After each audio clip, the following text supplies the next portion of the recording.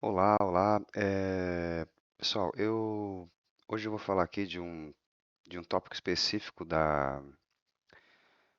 edital aqui do CNU, Bloco 7, mas esse assunto eu acho que também está em outros editais de outros blocos, tá bom? Falando aqui especificamente dos desafios sociopolíticos da inclusão de grupos vulnerabilizados. Então aqui vai falar de crianças e adolescentes, idosos, LGBTQI+, pessoas com deficiências, pessoas em situação de ruas, povos indígenas, comunidades quilombolas e demais minorias sociais. Para quem fez a prova do IPEA e para quem não fez, que foi também a Banca Sesgran Rio, ela também cobrou isso lá no seu edital e na questão 23 ela cobrou algo sobre a comunidade quilombola. Nas alternativas ela falava, todas as unidades federadas contêm territórios quilombolas. Ela queria a correta, né? A maioria da população quilombola reside em terras tituladas. O Nordeste concentra mais da metade total de quilombolas. A maioria quilombola vive em território oficialmente delimitados. O Norte detém a maioria de quilombolas em territórios delimitados. Então, eu estava pesquisando depois e percebi que a Sesgran Rio bebe da fonte aqui da agência de notícias de IBGE. Se a gente vier aqui e digitar no Google, por exemplo, quilombolas no Brasil, IBGE, né? A gente já vai vir aqui nessa agência de notícias do IBGE com essa reportagem. Então eu abri vocês podem observar aqui, ó, eu abri sobre quilombolas, sobre indígenas, sobre população em situação de rua, idosos, crianças, LGBTQI+, e pessoas com deficiência, tá? Eu vou deixar esses links ali na descrição para que vocês deem uma olhada. Muitas delas, dessas reportagens, já têm os destaques. Então, observem como a resposta já estava aqui logo de cara e vale a pena a gente dar uma lida nessas notícias, porque a Sesgran Rio pode fazer novamente uma questão pautada nesses dados e que às vezes já está aqui no destaque, você não precisa nem ler a reportagem inteira e apreciar todos os dados. Olhem só, no Nordeste residem 68,19 dos quilombolas do país. Pronto, é a resposta da questão. Se você vier aqui, ó, o Nordeste concentra mais da metade do total de quilombolas.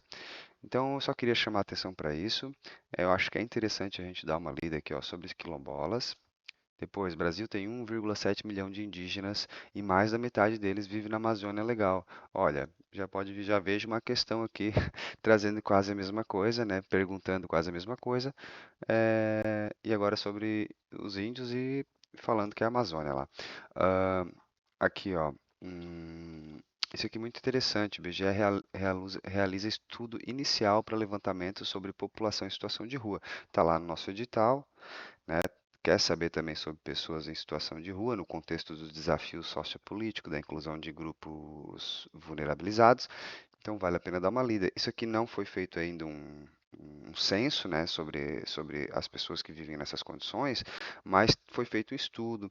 Então aqui eu já consigo também imaginar questões que podem falar quais são os eixos que foram tratados, qual a cidade que foi feito esse estudo, quais as dificuldades, se foi fácil ou não.